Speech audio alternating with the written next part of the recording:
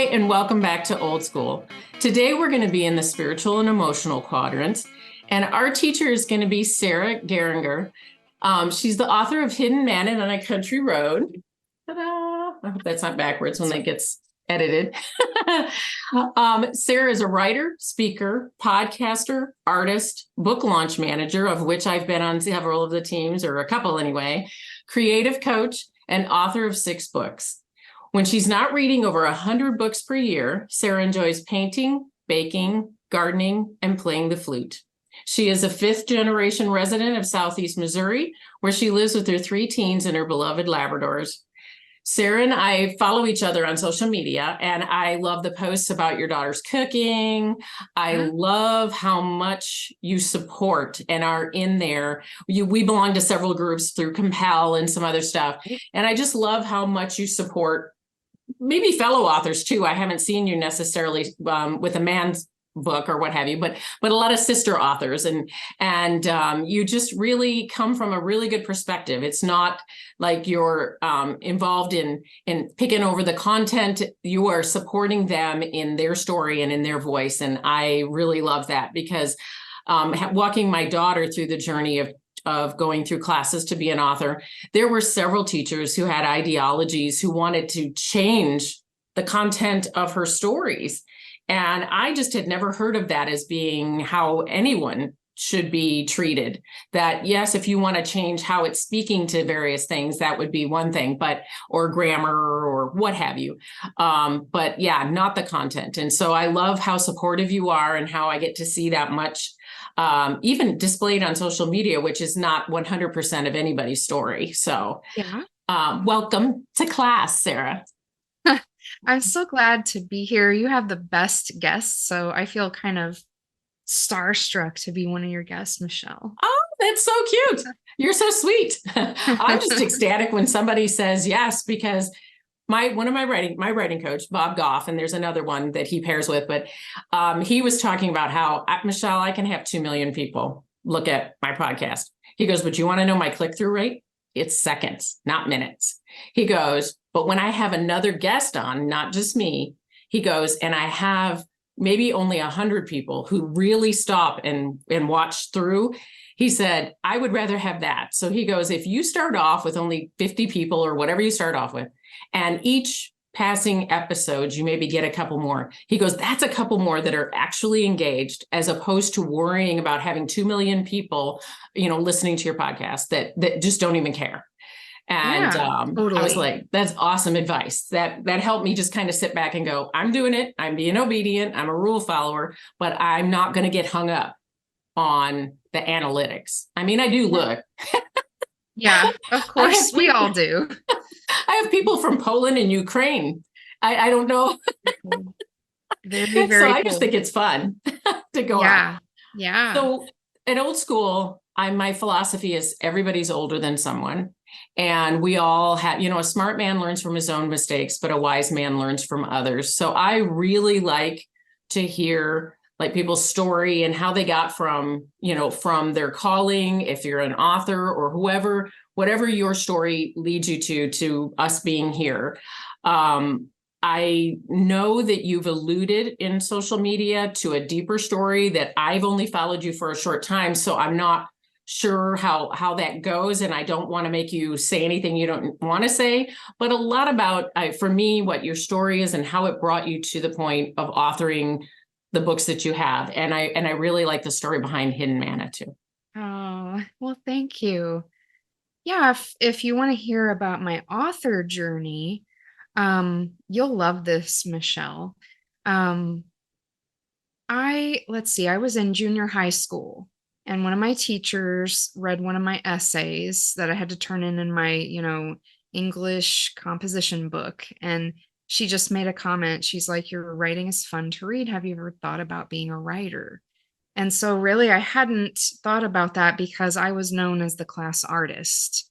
So Oh, since I was 3, I wanted to be an artist. So I have an art degree, but I also have an English degree. So they're both part of me, but probably up until that point, that's how people saw me. They saw me as the artist. And so then I started thinking about it. And I was at a James Taylor concert in 1994, which he's amazing. He's still in concert and he's I've seen him. I saw him in mid 80s, I want to say, at this really old arena. It was outdoor. And it's not around anymore here, but anyway. Yeah, well, if you can catch him in concert, you're in for a treat. So his I only had, this is back in the 90s when I think I had like 5 CDs and they were my treasured ones because they all cost like $20 a piece, you know. But his, greatest hits album was something I listened to every single night. And it really did, it was kind of an anchor for me in a time of serious depression that I had in high school. And so I was in St. Louis, Missouri. It was the outdoor amphitheater, and he was singing Fire and Rain. And if you're a James Taylor fan, that's just probably his signature song, I would say. And I'm looking, and there just happened to be a full moon on the horizon. And I just heard the Holy Spirit say to me, he said, "You will be a writer." It was just as clear as a bell, not audible, but very loud in my spirit. And looking back on that now, I can see several kind of threads from that moment. One is, James Taylor is a singer-songwriter. So in his way of a lot of his songs are stories that he tells. Oh, yeah. And he connects with people through story. And so even though I was listening to a singer, it's like God was saying, look at how he moves people through his music, right? Even as an unbeliever, to my knowledge, I don't think that he's a believer, but he still moves people so deeply through his music. And I think God was saying, you're going to move people through your words as well, right? And then also another thing, and I think this is going to resonate with you, Michele, being a writer is such a difficult job. It's one of the most difficult industries. We had an editor from Writer's Digest come and talk at one of our local writers conferences several years ago, and he said, it's the only industry I know of where people have rejection as a badge of honor, because it's like you can call yourself a professional writer if you've gotten a rejection letter, because that means you're actually putting yourself out there. And he's right. And he's like, that's why other writers have to band together, because you get hit down, more than you get built up, quite honestly. And it's just the way that this industry works. Right. And so I believe that now I can see it more clearly in hindsight, because at the time I was just very curious and open and kind of excited about it. But now I can see it was God speaking words of affirmation over me, knowing that this is a very difficult industry to be a part of, and having his affirmation on my life in this area would be the thing that would carry me through that very long, slow process of becoming a writer. And so it's one of my most treasured memories, especially in a season of my life that was so difficult and dark, that God was speaking such promise and hope over me at that time. And it just became kind of a mark on my life that nothing could shake me after that, of I'm going to do this. One of the parts in my story is I got a full ride scholarship to the local university here. And I was actually being paid by the state of Missouri to go to school because I had bright flight. I got a certain ACT score. And so I was being paid to go to school. And yet I was facing severe opposition for being a Christian in my classes. And this is in 95 and 96. So even back then it was hard, right? And it was because I was a believer. And so I wasn't happy, even though, I mean, I'm living at home and, you know, I liked my coworkers that I worked with at my job and lots of things were going right, but that was just bothering me. And then Christmas of 96, I guess, one of my friends that I had gone to church with, he came home and we were not super close friends, just friendly. It was a small church, so everybody knew each other. Sure. And he was engaged, so I knew it wasn't that kind of relationship. But he said, I have not been able to get you off my mind lately, and I really think that you're supposed to go visit my school. And so I did in January, and I just knew that's where the Lord was taking me. And I was going to transfer and study English at this private Christian school called Covenant College. But it's got like Ivy League tuition prices. And I'd have to give up, you know, they would give me some financial aid, but it was, you know, I was going to go in debt for this. And I remember that my dad, and I see this very from a different angle now that I'm a parent of you know, a high school senior this year who's going to go to college. It is interesting because I do feel like, you know, the practical side of life is we have to focus on, right? Because we live in this world, we operate in this world, and we have to consider the practical. And so he said he had to catch a flight for work. So he made me drive him all the way up to St. Louis, 2 hours, 2.5 hours to get to the airport. And the entire time we're in my car and he's trying to talk me out of this. Right. So that's such a bad place to have this kind of conversation because you can't escape, you know? Right. But I remember pulling up to Lambert and he opened the door to get out.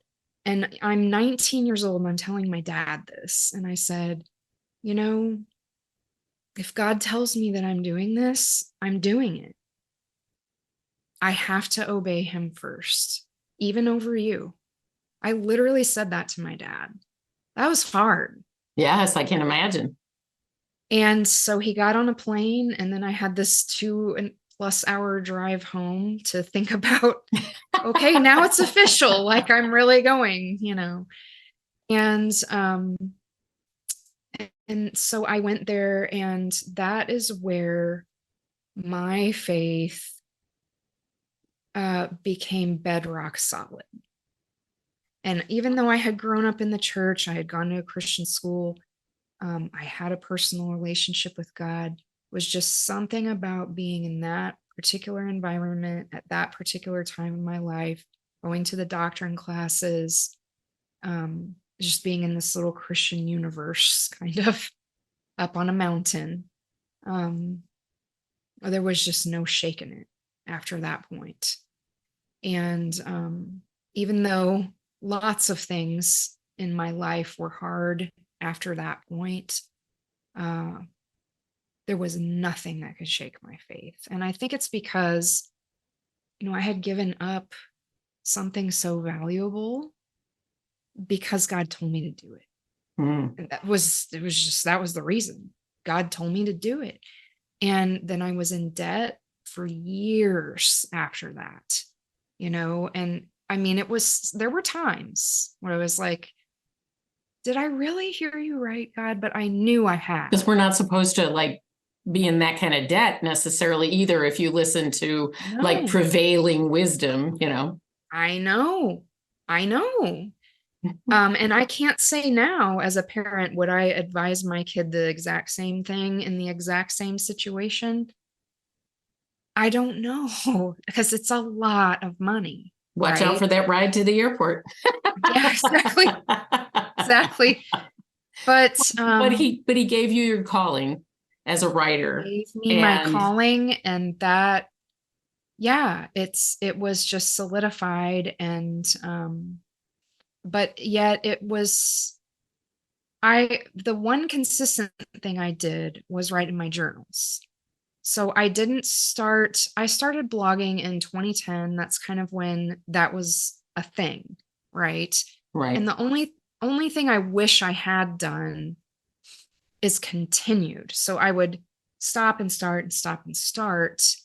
But if I had continued and been consistent, I think I would have found my voice sooner and gained my confidence.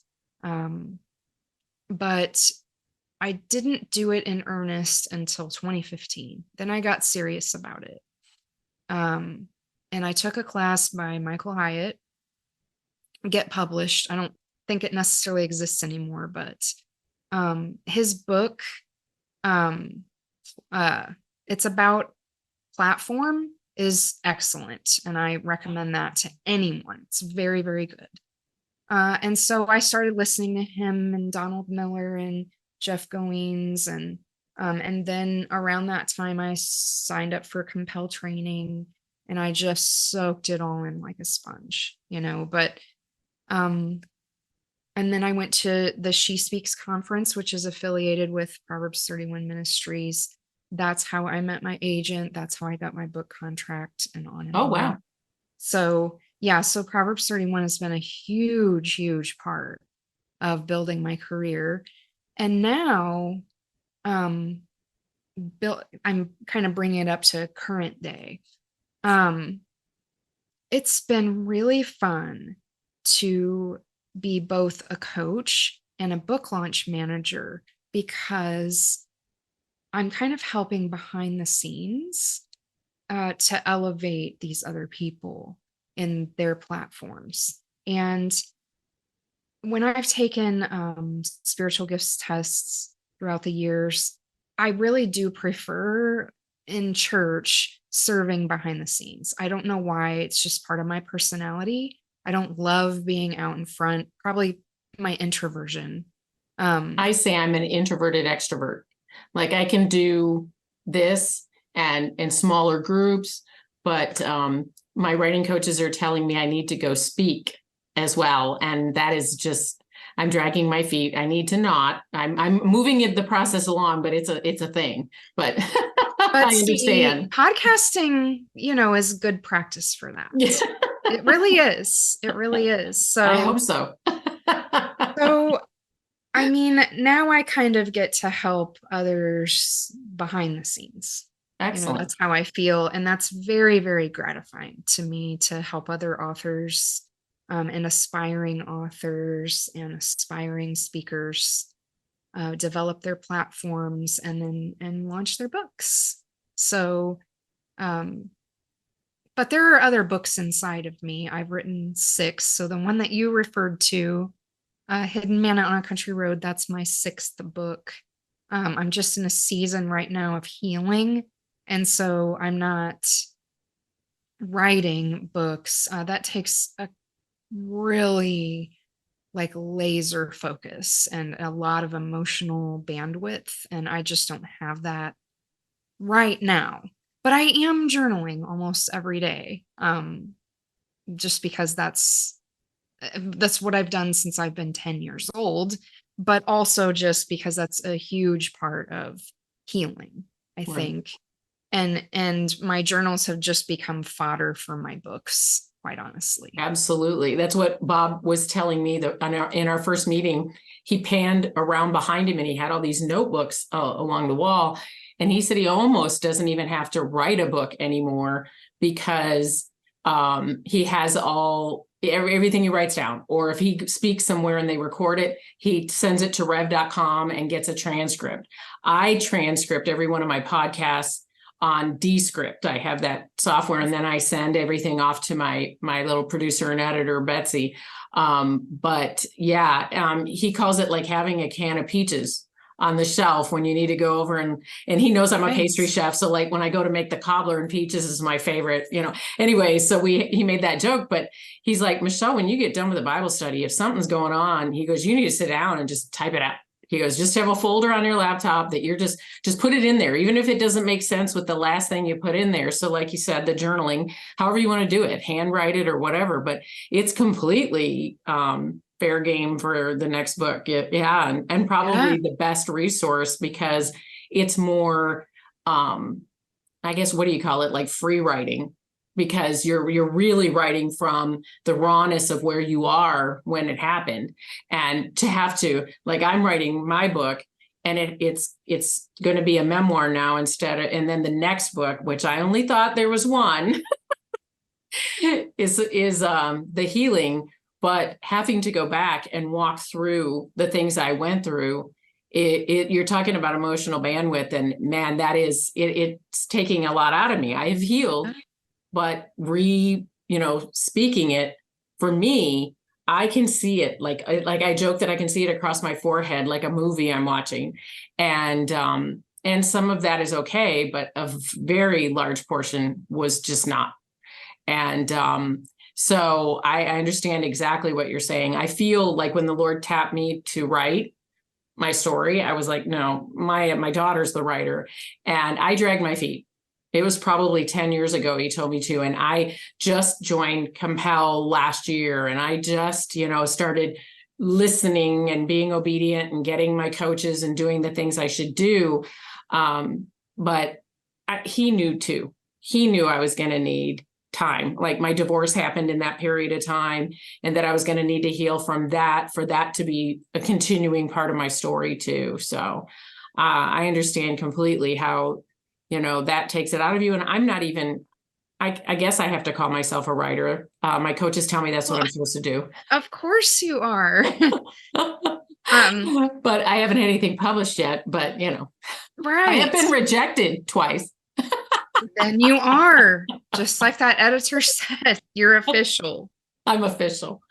I'm going to share an idea with you that I really haven't shared anywhere else. So you're getting exclusive content.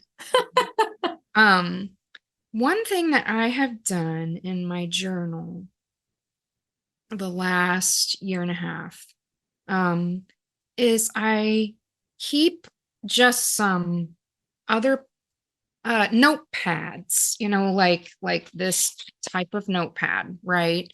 And I go back through and chronologically write a timeline of what God was speaking to me at that time. Mm. So, and then see how it plays out, because in the moment that's very hard for us to see unless Absolutely. He tells us, unless he gives us some kind of word or direction, and then 2 hours later something's happening. A lot of times he'll speak something over us when we're praying, or through a sermon or a podcast or something, right? But then we don't see it happen for a couple months or maybe even years. And so what I've been doing is, typically what I do when I write in my journal, I will at least go back and read the last entry before I write, just to be able to do some of that tracing of God's hand, right? But then about once a month, I'll go back through and canvas it all. And then I can add to that timeline if I can see that things are being answered or revealed or spoken or that kind of thing. And that's a new thing I've done in this whole entire journey I've been on. And it's been really exciting to see how he says something, and then 4 or 5 months later, then I can see evidence of it. So that's very cool. That's awesome, because you're right. Like at the moment you're writing kind of what you're going through. We think we'll remember, and I don't know. I have a photographic and phonographic memory, but I might be running out of film sometime soon. So, to be able to have their concrete along with what you were going through, how that answer came out. And I make the joke that the Lord and I have dispensed with subtlety. I pray every morning in my living room out loud. My daughter probably thinks I'm nuts, when that jury's out on that. But anyway, but I feel like he's not going to give me the overarching story because I'll get in there as a human and muck it up and like try and make sure it happens. So he's going to give me direction. He's going to give me what my journey and my purpose is. And then we're going to get there together. And it is just so awesome because I'm a smart aleck. And he talks to me in that way. And I believe, truthfully, 8 billion people on the planet, I believe that's how he does it. I don't know how he does it like that, but I believe he and I have that. That's the type of God he is. That's the relationship we get to have with him. And it's very personal and it's very about how I operate. So I know that whatever relationships he brings into my life or takes out of my life or whatever is happening, he knows what I have the capacity to take care of and be a part of, and who has that for me in return. And so I love it when, we've dispensed with subtlety, and sometimes it can be a little bit before the answer or the revealing, but that's an awesome idea to, go plug those in, because, we don't know, we don't want to forget those jewels. Those things are important to finishing the story. So that's awesome. Right. It's been very gratifying. So, yeah. Cool. Well, I'm trying to read as much as I can of each of the people who are on the podcaster book, but I'm not able to read like the whole book for everybody because they're happening too fast. But as a book launch manager, I'm in the same position. So yes. I've had a couple of authors that I've had on go, you actually read my whole book? And I'm like, wow, I'm not going to go there. Like a couple of the early on guests, and Bob Goff was my first guest, and I've read 3 of his books, but that was in years ahead. I mean, he's the one that just kind of went, I'm your first guest. Here, what day? And I was just like, oh my gosh. So I'm sure that was probably my least well-functioning podcast episode, but it's the one that everybody likes the most so far, probably because of Bob. He's just a hoot. But anyway, I did take a look, and in your introduction, and when you're talking about, I was raised in Michigan, when you're talking about the forests and the seasons and all that. Yeah, I'm in Arizona. We don't have seasons. We have hot and less hot. And right now it's 115 today. Oh my goodness. But, I don't envy you. No, I don't. But I had a friend who, because of her health, as she called it, benched. So she was at home, but not because she couldn't go out of her house, but she couldn't drive. So she began prayer walking, because that is what she felt was now her job. She was going to be a prayer warrior.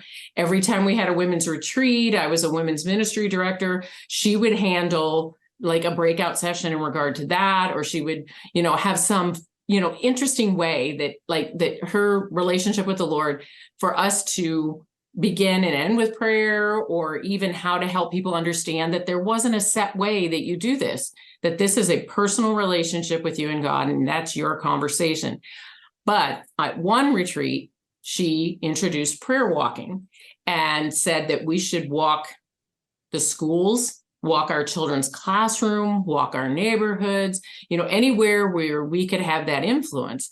And so when I got your book and read how, that it kind of came about, I just love that part, because you relate it to not just the physical that's out there, but you relate it to also the conversation you are having and what gets revealed to you in that way as well. So how did this come to fruition, to be your idea? So in 2019, we got a Labrador puppy, and I had lived in this house for 15 years at that point. And I mean, I'm out in the country, I live in the woods, but I'm bordered by farmland. So there's tons of tractors and combines, large equipment out here. This is Missouri. This is what our state is. And so I never walked out here. I mean, it's gravel roads. It's not, if I went walking, which I've done since I was a kid, I would drive into town and go to the park and walk, Anyway, when you have a Labrador, they're high exercise dogs, right? So he was raring to go. So I started walking out here. And it was so amazing because, you know, I could see all these things in nature that were metaphors for the spiritual life, basically. And I started collecting these ideas, and even they were like touch points on my walk on this little path that I take, and they just became these connection points with God. And throughout the seasons, different ones, of course, because in Missouri, unlike Arizona, we experience all 4 seasons, which is a huge. I've had friends who move here from Arizona, and they say one of the favorite things we like about this place is there's 4 actual seasons here. So I'm blessed in that regard. I had them when I lived in Michigan, and that is Yeah, how I right. grew to miss them when I got here. I honestly thought my mother brought me to the gates of hell, but whatever.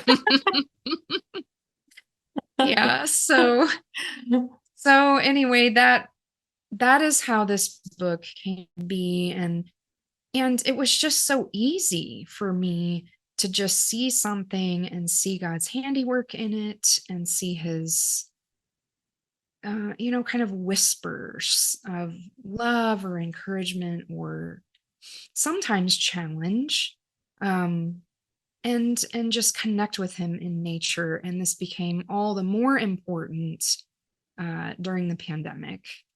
And I really grasped, it was a huge comfort to me to know that nature didn't change when our entire culture was in chaos. Nature was the same. A maple leaf was still the same as it was 10,000 years ago, on and on, right? A hickory tree is the same. uh, a daffodil blooming in the spring is the same. And that was a huge, huge comfort to me on my walks. And so when the way that this book came to be, because that was just my life. I was just living it, right?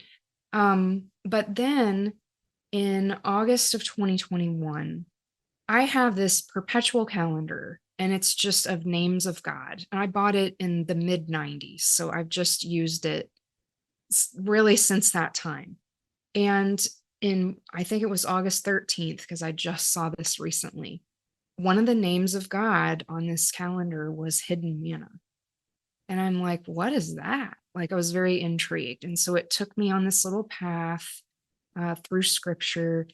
And basically, I'm not going to take the whole time to explain this, but manna in the Bible is a symbol of God's provision and his presence among his people. And I was trying to say, okay, it talks about hidden manna in Revelation. So we know that can't be the manna that they had thousands of years before in the wilderness that the Israelites ate in those 40 years of wandering. So that was a symbol, right? And so what does that mean? Because if there's hidden manna in Revelation, maybe there's hidden manna today, right? And so then I was going back through my catalog of memories and all these metaphors on my walks, and then looking for things on my walk. And I'm like, I think there's a whole book idea. And I pitched it to my publisher. They gave me the green light. They're like, you got to write this right now. And so I did. I got started writing. It was within a week and a half or 2 weeks, I think, of giving that idea, which was a crunch because I had just finished launching my teen girl book, Teen Transforming Your Thought Life for Teens. And then I had to immediately transfer into writing Hidden Manna. So, like we've just talked about previously, like this emotional bandwidth, I don't recommend doing a back to back to back because it just makes your writing a lot more difficult. But lucky for me, I had all these stories kind of stored up in my head, so I was just putting them on paper or in my Microsoft Word document to be more accurate. But Not yeah, an old that's how I typewriter. came No, out. I'm kidding. No, I mean, that's how I learned to type. I've Yeah. told my kids that, my 3 teenagers, I'm like, I actually like we had to like use whiteout, and like push it back over. And they're like, when was that? The 1850s? I'm like, no, 1994, It's really not that long ago, kids. Yeah. But thank goodness we don't have to do that now, Right. you know? Right. Because man, I it takes mean, forever. yeah. Yeah. Well, that's awesome. When I was reading it, and then I like to do this. I like to look at the chapters of the authors I have on that I feel like might speak to me. And I have no rhyme or reason about that, but I saw that your last one was called Sunset. And people get mad at me when I say I'm old, but the reality is I have more life behind me than I probably do in front of me, unless the Lord's going to let me live to 120, which I don't even know that I want to do. But sunset being like, it's in your seasons, but it's also a season, in and of itself. And so for me, I read that one and then your introduction, and I feel I walk in my neighborhood. It has 8 lakes, man-made lakes, and I have to walk. I live on one, but I have to walk a little bit to get to the next one. And then 5 of them are connected. And I'm right next to the water the whole way and the whole way back. And for me, yes, if I start looking, I can see all the hidden manna that you're talking about in the actual nature of it. But I also find that for me, the other hidden manna is I get the best direction from the Lord during that time. I get the best ideas. Some people say they get their best ideas in the bathroom or when they go in the shower or whatever it might be. For me, I mean, it's almost immediate. It's like if when I'm walking, I detoxed and I got all the stuff out of the way. And then all of a sudden, and I'm like, I have to take my phone and like speak into the notes or something real quick to say, oh, that's what he said about this. Not like I'm going to forget, but I mean, just seriously, sometimes it can be that many nuggets while I'm out there. And so this hidden manna on a country road just really resonated with me. When it's 120 here, I'm not out there able to do that every day because even at 5 in the morning, it's 105. But as it starts to cool down, I'll get back out there. And I just love this whole philosophy. I think that people too don't understand that, in that conversation with the Lord or in that personalness with our relationship, he's going to have every one of those things speak differently to each of us. So it'll be, and the fact that it's called hidden for me is like speaking to the personal nature of it, is that mine is going to be hidden from you, but we're all receiving the same provision, the same manna. So, well, sure. And what we, back when the Israelites received it, it was just for that day. The only day they got double was on, so they didn't have to collect it on the Sabbath, right? But it really was to increase their dependence on God. And so when I think about, now I keep going on these walks, and one of my chapters is called Litter, and it's about the alcohol bottles that I see, or cans, on my walk. And when I was writing that book, I was still in an abusive and alcoholic marriage, and that meant a whole different thing to me at the time. Now, just this morning, when I saw a can of Coors Light on the side of the road, I was like, now I can say, thank you, Lord. Thank you for setting me free. Whereas before, it was just praying for my addict to be set free because of the tyranny it was placing me under and my children, and just the burden that it places on someone to live in an alcoholic family. But now it's just kind of almost a moment of awe, and my anger is gone, and my desire for vengeance, because alcohol is what destroyed my marriage. It's what destroyed my parents' marriage. So this has been a portend of evil in my entire life, ever since before I was born. But now seeing those, pieces of litter, it's a way to praise God because he set me free from that bondage. And it's no longer litter in your home. The metaphor of it is no longer, you can see it out there and you've healed of it so that it's not some triggering event. It's a reminder of God's grace and setting you free and setting you free from the desire to, I understand completely. I have had some form of abuse from birth through my marriage, and, letting go of your right to anything in those situations and allowing God just to contend with them. And you just need to be who he's asked you to be. And especially when we have children, my daughter came to me in the midst of stuff and told me, I wish you were angrier, but I am so proud of how you've carried yourself. And I just want you to know it's an example to me. And she was 15 at the time. And I was just like, I didn't know if what I was doing right, wrong, or indifferent. By staying as long as I did, was I teaching her that this is how a woman should, let herself be treated, all of that. And I know you'd probably walk through the same steps. And so I think that's awesome that conversion can take place. And that is really, truthfully, the healing. A lot of people think that Christians are going to have some churchy answer about how we walk out of healing, but it's not about that. It is a hard work. The trial you're going through, you may not get delivered out of, you may get delivered through. And so that healing is going to come in some very interesting forms. And it's not a one size fits all. I mean, other than our God is one size fits all.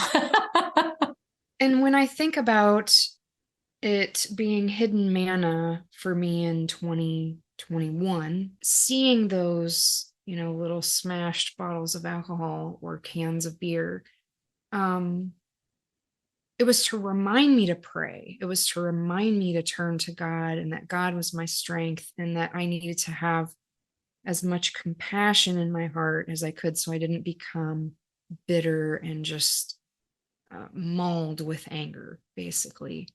But now it's still hidden manna. It's just a different form, because this is what I need in my life right now, which is different from what I needed then. It's the exact same thing, but it's a call to praise and worship God instead. And he is not telling me.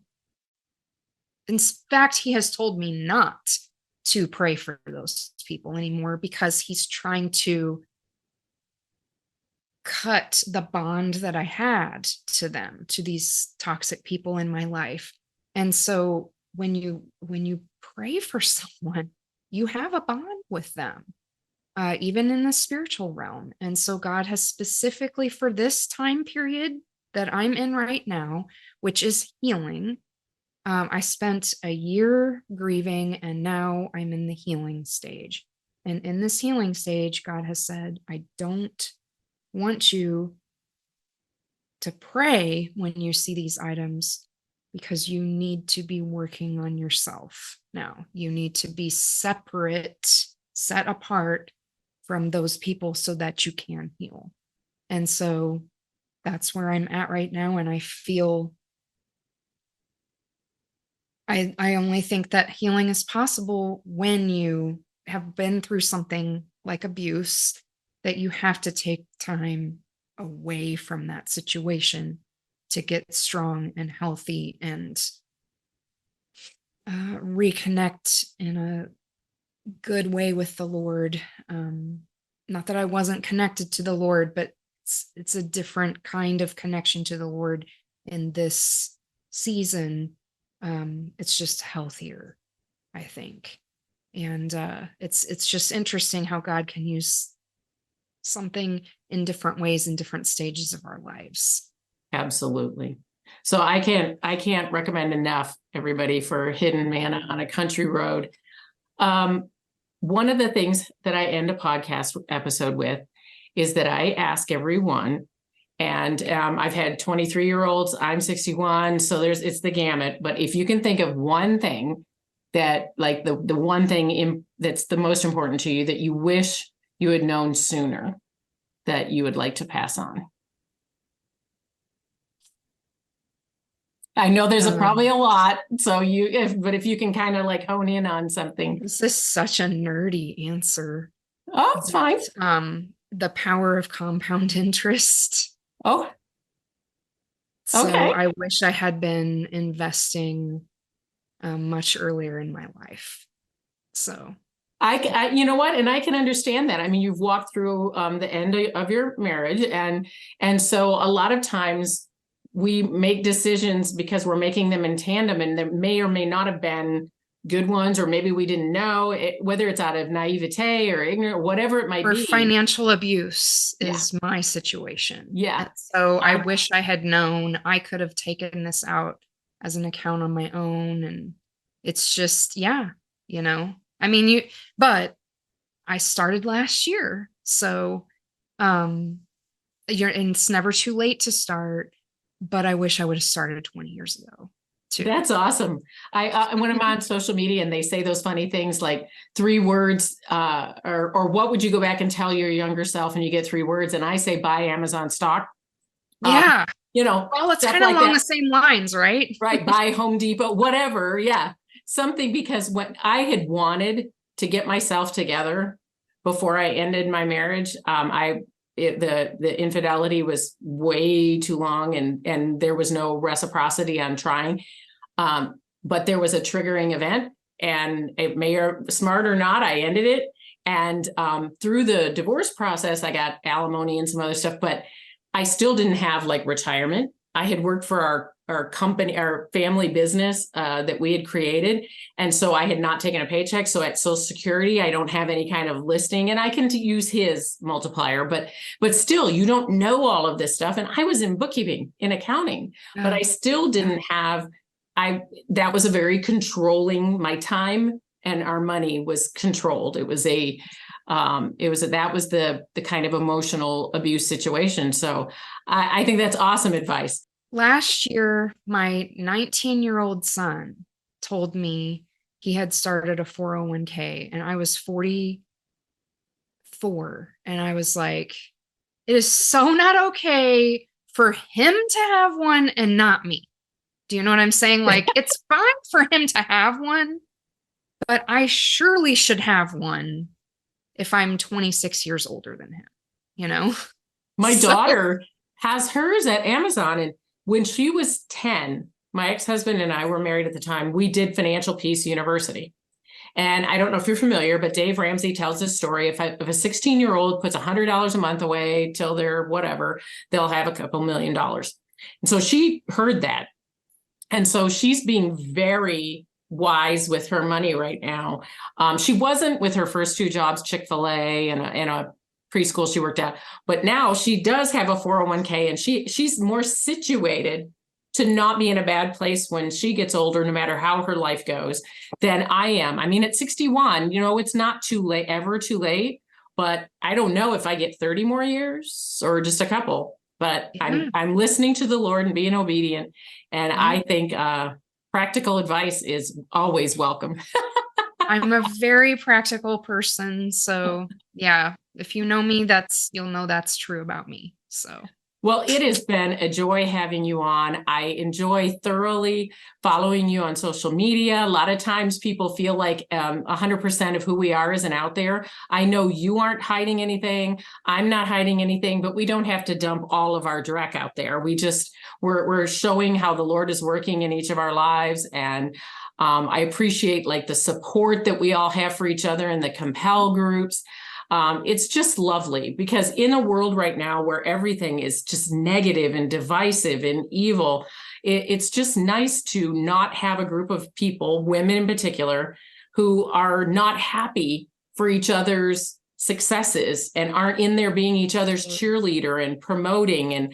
And that's exactly what you get to do every time you're a launch team for somebody. And I think that is so incredible. I'm a pastry chef, and when I make a wedding cake and a bride comes in, I live for that. I don't want to go, oh, I want, I want Yes. the, and so that's exactly how I feel about any interaction I get to see when I see you come on social media, and I love it. I know you've walked through hurt and you've walked through pain, but the fact that you are just transparent and you show what vulnerability that you're comfortable with, I think speaks volumes, and it's probably what attracts people to you in the first place.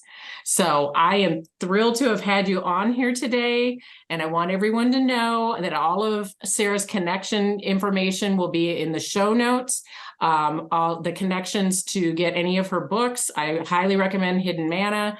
If you are an author and you're listening to this, because I do connect with a lot of other writers, she's a book launch manager. I mean, her website's on here as well. So you can reach out to her and you will not be disappointed. It will be a wonderful experience to engage with her, as you will know if you've listened to this episode as well.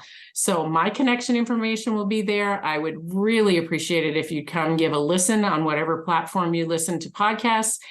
Give a rate, a review, share it, anything, any engagement. And you can reach out to Sarah on her website or me on mine if you want to connect and get any other information. So I want to thank you all for coming to class today, and class dismissed.